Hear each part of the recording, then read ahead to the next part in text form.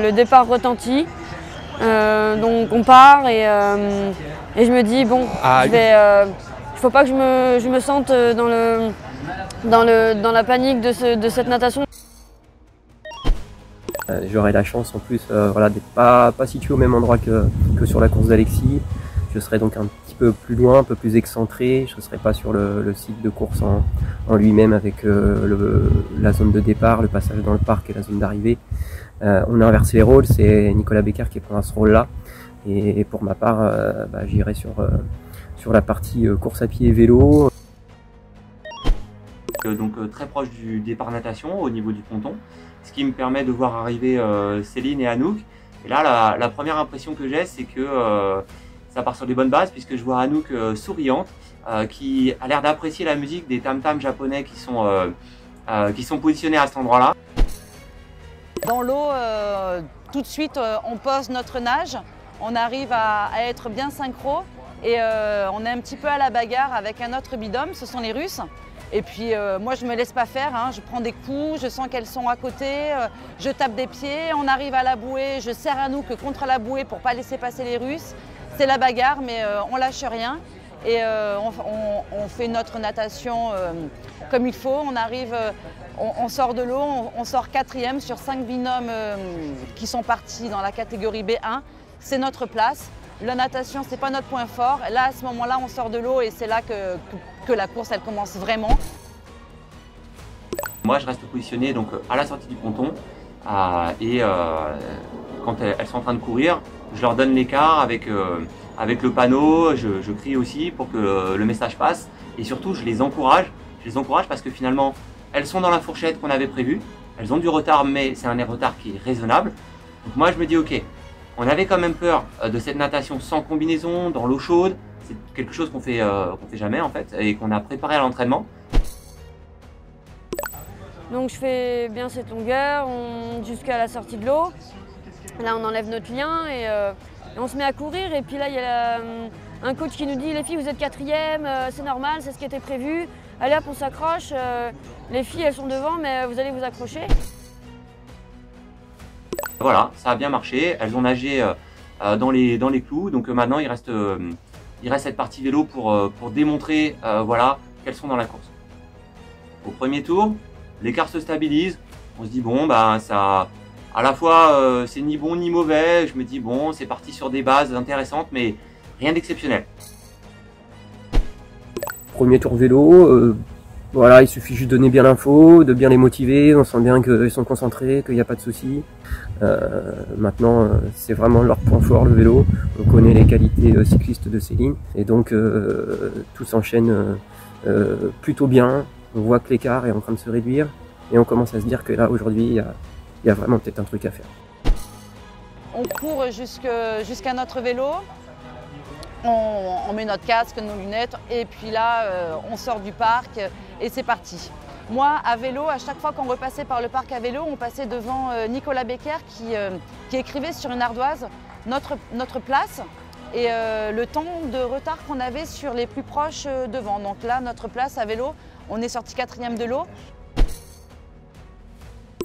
Et dès le deuxième tour, c'est là où ça devient intéressant, c'est que en fin de compte, les filles, elles ont mis en route. Et je pense notamment Céline qui commence à développer ses watts. C'est quelqu'un qui est très très forte à vélo et les deux elles se combinent bien pour faire l'effort. Quand elles rentrent dans le parc à vélo, il n'y a personne. Donc elles sont dans un parc à vélo vide qui est très long.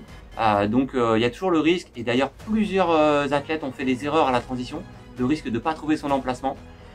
Donc là je donne de la voix, je fais signe aussi. Céline elle a pas fait d'erreur, elle arrive au bon endroit, elle fait une transition nickel.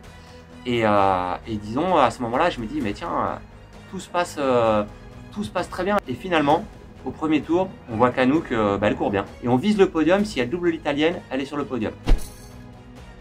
Donc on va jusqu'à notre vélo. Céline, elle me pose devant notre boîte où on met notre matériel. Je pose mon bonnet, mes lunettes. Et ensuite, je mets mes lunettes noires que je dois mettre en tant que non-voyante pour la course. Et aussi mon casque. Et puis avec Céline, on se dit top et hop, on part en courant avec notre vélo à la main. Jusqu'à notre ligne de départ où là aussi on se donne un code pour monter sur le vélo. On met notre premier pied dans la chaussure, on scratch. Et là, on part sur le vélo.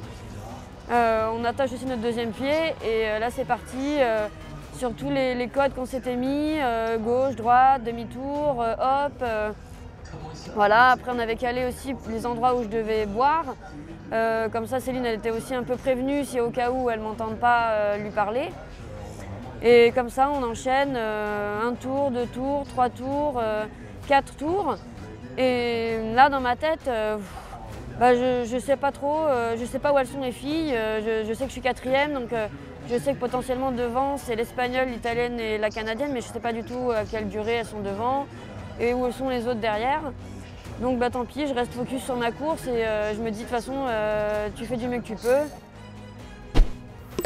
Je vois les filles arriver, je me rapproche, je leur glisse juste que allez, tout va bien, il faut rien lâcher, il y a quelque chose à faire aujourd'hui, il y a une médaille à aller chercher, on se concentre, on ne regarde pas derrière, on regarde tout ce qui se passe devant, il faut aller chercher ces Italiennes, il ne faut viser que ces Italiennes pour aller chercher ce podium. Et puis deuxième tour, on voit que finalement c'est assez compliqué de revenir sur les Italiennes, mais par contre que les Anglaises ont l'air de coincer un petit peu. C'est le dernier tour, là on sent la tension, on sent qu'il y a vraiment quelque chose à faire et que ça va jouer à pas grand chose, quoi. Et puis je vois qu'il y a toujours plus de 10 secondes, alors je me dis que voilà, là il faut rien lâcher, je me contenterai de crier très très fort. Fabien, lui, le kiné, va courir le long, va les arroser, moi je cours le long pour donner le maximum d'infos. Et ce qu'on surveille, c'est que l'Anglaise est en train de revenir très fort derrière elle. Et ça, c'est le vrai danger. C'est une Anglaise qui a toujours couru plus vite qu'Anouk, qui est une référence mondiale. Et c'est très chaud. C'est très chaud, c'est 40 secondes, ensuite c'est 30 secondes, ensuite c'est 20 secondes. Ça se termine à 10 secondes. Et là, je la vois arriver juste devant l'Anglaise. Et j'entends Céline qui l'encourage, qui pousse Anouk. Moi, je crie tout ce que je peux pour continuer à les booster. Et en fin de compte, sans faire attention, je cours en même temps qu'elle sur la partie des coachs qui est parallèle à l'arrivée. Et je fais le sprint avec, tout en criant. Je l'ai attrapée pour l'aider, pour la ramener vers moi et pour qu'on passe tous ces points de difficulté avec aisance. Et moi, à chaque tour, il y avait un moment où on faisait un petit demi-tour, donc je voyais ce qui se passait derrière et je voyais que les Anglaises, elles revenaient. Et je savais qu'il ne fallait pas que je raconte à Anouk que les Anglaises se rapprochaient parce que ça pouvait être sujet à ce qu'elles soient, à ce que ça la stresse. Et ça y est, on voit les filles passer devant, et tout juste devant, cette fin exceptionnelle, cette arrivée exceptionnelle. Et puis là, on explose avec Fabien. Je savais que j'étais bientôt sur l'arrivée, et là Céline, elle me dit bon, maintenant Anouk, là c'est le sprint. Et là j'ai mon cerveau, je ne sais pas ce qui s'est passé. J'ai entendu Céline me hurler dessus, d'aller vite, de sprinter jusqu'à la ligne d'arrivée, que je savais à peu près où elle se situait. Mais mon cerveau, il n'entendait que ça. Et j'ai pas eu conscience de ce que mon corps a fait. J'ai eu comme un blanc, à part mon esprit qui entendait, mais physiquement, je sais pas ce que mes jambes ont fait. J'ai pas eu conscience de ça jusqu'à ce que je franchisse la ligne d'arrivée. Céline m'a dit, en fait, on fait 3, mais à 2 secondes de l'Anglaise. Et en fait, là, d'un coup, c'était le Graal pour moi. La satisfaction de l'avoir gagné, c'était plus qu'un rêve. C'était un truc même pas imaginable dans mon esprit. Donc, une satisfaction énorme. C'est pour ça mes cris d'émotion et de fatigue un peu, mais surtout d'émotion.